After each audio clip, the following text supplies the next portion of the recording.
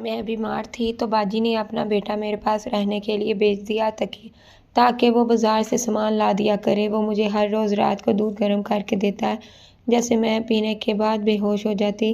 جب اگلے دن وجہ پوچھی تو ہوش اڑ گئے۔ اس رات 14 سالہ بچے نے میرے ساتھ تکلیف کی شدت نے میرا برا حال کر دیا تھا، یہاں تک کہ مجھ میں گھر کا کوئی بھی کام کرنے کی ہمت باقی نہیں رہی تھی۔ پورا گھر بکھرا ہوا تھا، کچن میں برتنوں کے ڈھیر لگے تھے تو دوسری طرف میلے کپڑے دھونے کے منتظر تھے۔ گھر کے باقی کام اگر میں کچھ دیر کے لیے ٹال بھی دیتی تو کوئی بڑی بات نہیں تھی، مگر اصل مسئلہ کھانے کا تھا۔ کھانا پکانا ایک ایسا کام تھا جو مجھے ہر حال میں وقت پر کرنا پڑتا تھا، چاہے میری حالت کیسی ہی کیوں نہ ہو۔ میں اس گھر میں اپنے شوہر کے ساتھ رہتی تھی اور ہماری شادی کو ایک عرصہ بیت چکا تھا، مگر ہم اب تک اولاد کی نعمت سے محروم تھے۔ میڈیکل رپورٹس کے مطابق مسئلہ میرے شوہر کے ساتھ تھا، شاید اسی لیے وہ خاموش رہتے تھے، ورنہ اب تک وہ دوسری شادی کا فیصلہ کر چکے ہوتے۔ دوسری طرف میری ساس اس حقیقت کو تسلیم کرنے کے لیے تیار ہی نہیں تھیں کہ نقصان ان کے بیٹے میں ہے۔ وہ سارا ملبہ مجھ پر گرانے کی کوشش کرتی۔ حقیقت میں یہ کوئی ایسا لا علاج مسئلہ نہیں تھا، تھوڑی توجہ اور دعاؤں سے سب ٹھیک ہو سکتا تھا، مگر میرے شوہر کی بس ایک ہی ضد تھی۔ ان کا کہنا تھا کہ ڈاکٹر صاحب جھوٹ بولتے ہیں اور وہ خود بالکل تندرست ہیں۔ ان کی ایک ہردرمی کے سامنے میں اکثر خاموش ہو جاتی اور اپنی تقدیر پر صبر کر لیتی۔ زندگی اسی طرح خاموشی سے بیت رہی تھی۔ میرے شوہر صبح کام پر نکل جاتے اور رات کو لوٹتے۔ میں سارا دن گھر میں تنہا ہوتی اور یہاں تک کہ گھر کا سودا سلف بھی خود ہی لانا پڑتا تھا۔ وہ گھر کے کاموں میں میرا ہاتھ بٹانا تو دور، مجھ سے ڈھنگ سے بات بھی نہیں کرتے تھے۔ ان کے دل و دماغ میں کیا چل رہا تھا اور وہ مجھ سے کیا چاہتے تھے، یہ میرے لیے آج تک ایک معمہ تھا۔ وہ اپنی شخصیت کے راز کسی پر ظاہر نہیں ہونے دیتے تھے، یہاں تک کہ مجھ پر بھی نہیں، مگر میں اتنا ضرور سمجھ گئی تھی کہ اولاد نہ ہونے کا دکھ انہیں اندر ہی اندر کھائے جا رہا ہے۔ شاید وہ خود کو اس کا ذمہ دار سمجھتے تھے، اسی لیے اس موضوع پر بات کرنے کی بجائے انہوں نے خاموشی کی چادر اوڑھ لی تھی۔ کچھ عرصے سے میری طبیعت بگڑنے لگی تھی اور ناف کے نچلے حصے میں عجیب سا درد رہنے لگا تھا۔ شروع میں تو یہ درد ہلکا تھا، مگر وقت کے ساتھ ساتھ اس کی شدت بڑھتی گئی۔ صبح کے وقت میں خود کو بہتر محسوس کرتی، لیکن شام ہوتے ہی درد اتنا بڑھ جاتا کہ بستر سے اٹھنا بھی محال ہو جاتا۔ میں نے کئی بار اپنے شوہر سے اس تکلیف کا ذکر کیا، مگر انہوں نے کبھی توجہ نہ دی۔ میں اکثر درد کش گولی کھا کر گزارا کر لیتی، مگر آرام عارضی ہوتا۔ اس کرائے وقت میں مجھے اپنی بے اولادی کا دکھ شدت سے محسوس ہوتا۔ مجھے لگتا کہ اگر میں بستر سے لگ گئی تو میرا کوئی پرسان حال نہیں ہوگا۔ جب شوہر بیمار ہوتے تو میں دن رات ان کی خدمت کرتی، مگر میری اپنی حالت یہ تھی کہ شدید درد میں کوئی ایک گلاس پانی دینے والا بھی نہیں تھا۔ ایک دن اچانک میری بڑی بہن دوسرے شہر سے مجھ سے ملنے آئیں۔ وہ کسی رشتے دار کی شادی میں شرکت کے لیے آئی تھیں۔ شام کا وقت تھا اور میری تکلیف اپنی انتہا پر تھی جب دروازے کی گھنٹی بجی۔ مجھ میں اٹھنے کی ہمت تو نہیں تھی، مگر شوہر کے آنے کا وقت سمجھ کر میں گرتی پڑتی دروازے تک پہنچی۔ سامنے باجی کو دیکھ کر میری حیرت کی انتہا نہ تھی۔ وہ کافی دیر سے بیل بجا رہی تھیں، اس لیے اندر آتے ہی دیر سے دروازہ کھولنے کا شکوہ کیا۔ میں نے انہیں مشروب پیش کیا اور اپنی تمام تکلیف اور شوہر کی بے رخی کا حال سنا دیا۔ درد کی شدت سے میرا رنگ پیلا پڑ چکا تھا، جسے دیکھ کر وہ بہت فکر مند ہوئی۔ باجی نے افسوس کا اظہار کرتے ہوئے کہا، فوزیہ، میری واپسی کی ٹرین کا وقت ہو رہا ہے اور مجھے ہر حال میں ابھی نکلنا ہے۔ اگر پیچھے میرا گھر، شوہر اور بچے نہ ہوتے تو میں ضرور تمہارے پاس رکتی اور تمہیں کسی اچھے ڈاکٹر کو دکھاتی، مگر میں سخت مجبور ہوں۔ باجی نے جب میری حالت دیکھی تو انہیں ایک ترکیب سوجھی۔ ان کے ساتھ ان کا 14 سالہ بیٹا ارحم بھی تھا۔ انہوں نے فیصلہ کیا کہ وہ جنید کو میرے پاس چھوڑ کر جائیں گی تاکہ وہ ڈاکٹر کے پاس جانے اور گھر کے کاموں میں میری مدد کر سکے۔ باجی کا کہنا تھا کہ ارحم کی گرمیوں کی چھٹیاں ہیں، اس لیے اس کی پڑھائی کا بھی حرج نہیں ہوگا اور وہ اس کے مزید کپڑے بعد میں بھجوا دیں گی۔ میری بہن میری تکلیف دیکھ کر بہت فکر مند تھی، اسی لیے انہوں نے اپنے بیٹے کو میرے سہارے کے لیے چھوڑ دیا۔ میں نے جنید کو آخری بار تب دیکھا تھا جب وہ محض 10 سال کا تھا، مگر اب وہ اچھا خاصا جوان نظر آنے لگا تھا۔ اس کا قد کاٹ نکل آیا تھا اور وہ اپنی عمر سے کہیں زیادہ سمجھدار اور بڑا لگتا تھا۔ چونکہ باجی دوسرے شہر میں رہتی تھی اور ہم اپنی اپنی زندگیوں میں مصروف تھے، اس لیے جنید مجھ سے زیادہ مانوس نہیں تھا اور ذرا شرماتا تھا۔ مگر اس کا ساتھ میرے لیے ایک تسلی بن گیا تھا۔ ارحم نے میرے پاس رہنا شروع کر دیا اور باجی کی ہدایت پر وہ مجھے ڈاکٹر کے پاس لے گیا۔ آبادی سے دور ہونے کی وجہ سے ہسپتال پہنچنے میں کافی وقت لگا۔ جب باری آئی تو میں ارحم کے ساتھ ہی اندر چلی گئی۔ ڈاکٹر صاحب نے اسے ایک طرف بیٹھنے کا اشارہ کیا اور میرا معائنہ شروع کیا۔ الٹرا ساؤنڈ کے بعد ڈاکٹر نے بتایا کہ مجھے ایڈنوسائٹس نامی بیماری ہے جو کہ کافی تکلیف دہ ہوتی ہے۔ انہوں نے واضح کیا کہ اس مرض میں اولاد کا ہونا مشکل ہو جاتا ہے اور درد کی شدت بہت زیادہ ہوتی ہے۔ ڈاکٹر کے مطابق جن خواتین کے پہلے سے اولاد ہو تو وہ تو آپریشن کروا لیتی ہیں، مگر مجھ جیسی بے اولاد خاتون کے لیے یہ ایک بڑا مسئلہ تھا۔ انہوں نے کہا کہ اگر میں ادویات استعمال کروں گی تو بانجھ پن کا خطرہ بن جائے گا، اس لیے بہترین حل آپریشن ہی ہے جس پر 1 لاکھ روپیہ خرچ ہوگا۔ ڈاکٹر کا کہنا تھا کہ اس آپریشن کے بعد نہ صرف میری تکلیف ختم ہو جائے گی بلکہ اولاد ہونے کے امکانات بھی روشن ہو جائیں گے۔ میں یہ سب سن کر سوچ میں پڑ گئی کہ اب آگے کیا ہوگا۔ 1 لاکھ روپے کا سن کر تو جیسے میرے ہاتھوں کے طوطے اڑ گئے۔ اس مہنگائی کے دور میں جہاں گھر چلانا مشکل تھا وہاں اتنی بڑی رقم کا بندوبست کرنا میرے لیے ناممکن سا لگ رہا تھا۔ میں بوجھل دل کے ساتھ ہسپتال سے نکلی۔ تپتی دھوپ اور ذہنی پریشانی نے میری حالت مزید بگاڑ دی تھی۔ جب ہم گھر پہنچے تو درد اور اداسی نے مجھے گھیر رکھا تھا۔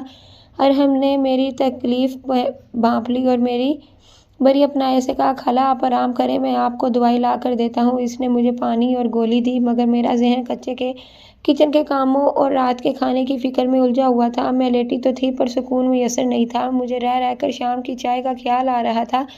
ابھی میں اٹھنے کا سوچ ہی رہی تھی کہ ارحم چائے کا مگ لیے کمرے میں داخل ہوا۔ اس کے ہاتھ کی بنی گرم چائے پی کر مجھے واقعی کچھ سکون ملا۔ تھوڑی دیر بعد جب میں ہمت کر کے کچن میں برتن دھونے گئی تو وہاں کا منظر دیکھ کر دنگ رہ گئی۔ ارحم نے تمام برتن چمکا دیے تھے۔ میری حیرت دیکھ کر وہ مسکراتے ہوئے بولا، خالہ میں گھر میں اپنی امی کا بھی حال بتاتا رہتا ہوں، آپ فکر نہ کریں، آپ بس مجھے پیسے دیں، میں بازار سے کھانا لے آتا ہوں۔ ارحم کی اس سمجھداری نے مجھے پریشانی میں ڈال دیا۔ وہ محض 14 سال کا تھا مگر اس کی باتیں کسی بالغ مرد جیسی تھیں۔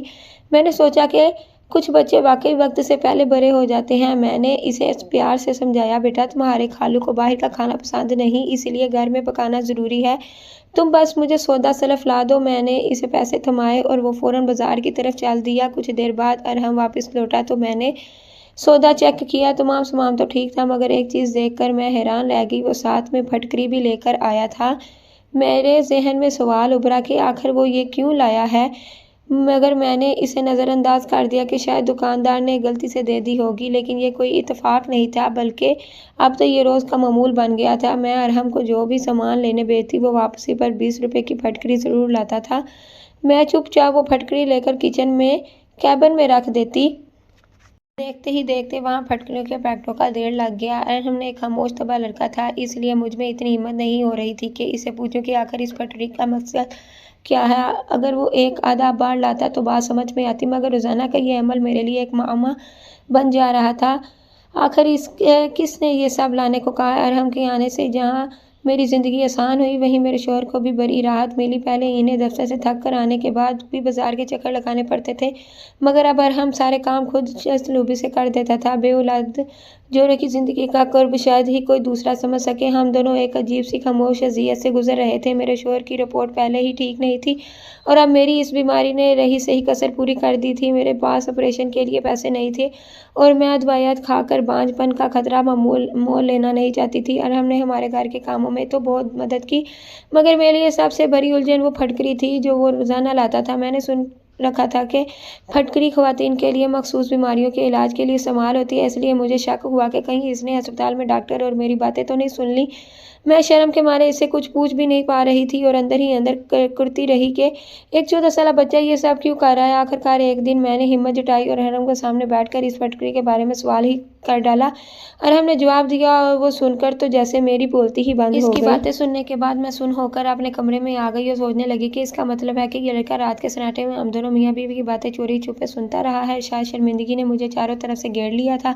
ارحم کی باتیں سن کر میرا دل چاہ رہا تھا کہ زمین پھٹ جائے اور میں اس میں سما جاؤں۔ مجھے اندازہ نہیں تھا کہ وہ میرے اس پوشیدہ راز سے واقف ہو چکا ہے جسے میں نے سب سے چھپا کر رکھا تھا۔ اس نے ہمارے کمرے کی باتیں سن لی تھی اور اسی لیے وہ خاموشی سے روزانہ پھٹکری لا کر دیتا تھا مگر اس میں اتنی ہمت نہیں تھی کہ وہ مجھ سے اسے استعمال کرنے کا کہے۔ میں نے کمرے کا دروازہ بند کیا اور پھوٹ پھوٹ کر رونے لگی۔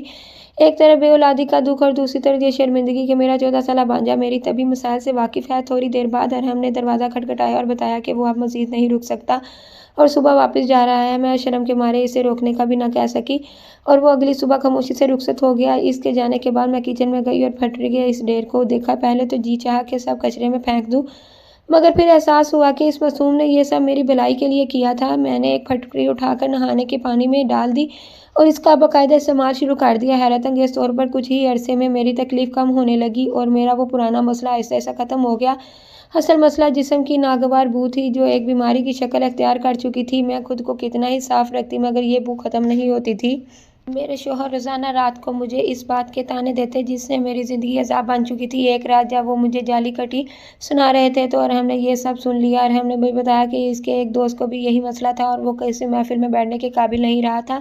پھر ایک حکیم کے مشورے پر اس نے پھٹکری والے پانی سے نہانا شروع کیا جس سے اس کی یہ بیماری جڑ سے ختم ہو گئی۔ ارحم اسی لیے روزانہ پھٹکری لاتا تھا تاکہ میں اس کا استعمال کروں اور شوہر کے طعنوں سے نجات پا سکوں۔ میں نے باقاعدگی سے پھٹکری والے پانی سے نہانا شروع کیا تو حیرت انگیز طور پر میری برسوں پرانی تکلیف دور ہو گئی، میری زندگی آسان ہو گئی اور میں شرمندگی سے ہمیشہ کے لیے آزاد ہو گئی۔ ارحم کی باتوں نے جہاں مجھے شرمندہ کیا وہیں میری زندگی بدل کر رکھ دی۔ میں پہلے سمجھ رہی تھی کہ شاید وہ میری کسی نہ بیماری کی وجہ سے پھٹکری لاتا ہے، اس لیے میں شرم کے مارے اسے بات نہیں کر پا رہی تھی، لیکن جب اس نے اصل وجہ بتائی تو میری برسوں کی پریشانی ختم ہو گئی۔ اب میرے شوہر کی وہ بدبو والی شکایت دور ہو چکی تھی اور ہمارا رشتہ بہتر ہونے لگا۔ ارحم کے جانے کے بعد مجھے شدت سے احساس ہوا کہ زندگی میں اولاد کا ہونا کتنا ضروری ہے۔ میں نے ہمت جمع کی اور اپنے سونے کے کنگن بیچ کر آپریشن کروا لیا جس سے میری وہ پرانی تکلیف ختم ہو گئی۔ اسی دوران میری باجی نے ایک حکیم سے مشورہ کر کے کچھ ادویات بھیجی اور کہا کہ یہ روزانہ شوہر کو دودھ میں ملا کر دینی ہے۔ میرے شوہر کو رات کو دودھ پینے کی عادت تھی، چنانچہ میں نے انہیں بتائے بغیر وہ دوا دینا شروع کر دی۔ 6 ماہ کے مسلسل استعمال اور دعا کے بعد اللہ نے کرم کیا اور میں امید سے ہو گئی۔ مجھے یقین نہیں آ رہا تھا کہ میں ماں بننے والی ہوں۔ اللہ نے مجھے خوبصورت بیٹے سے نوازا۔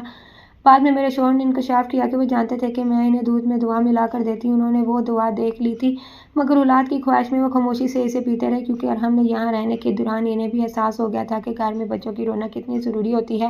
یوں ایک ننھی جان کے آنے سے ہماری زندگی خوشیوں سے بھر گئی۔ امید ہے کہ آپ کو کہانی اچھی لگی ہوگی۔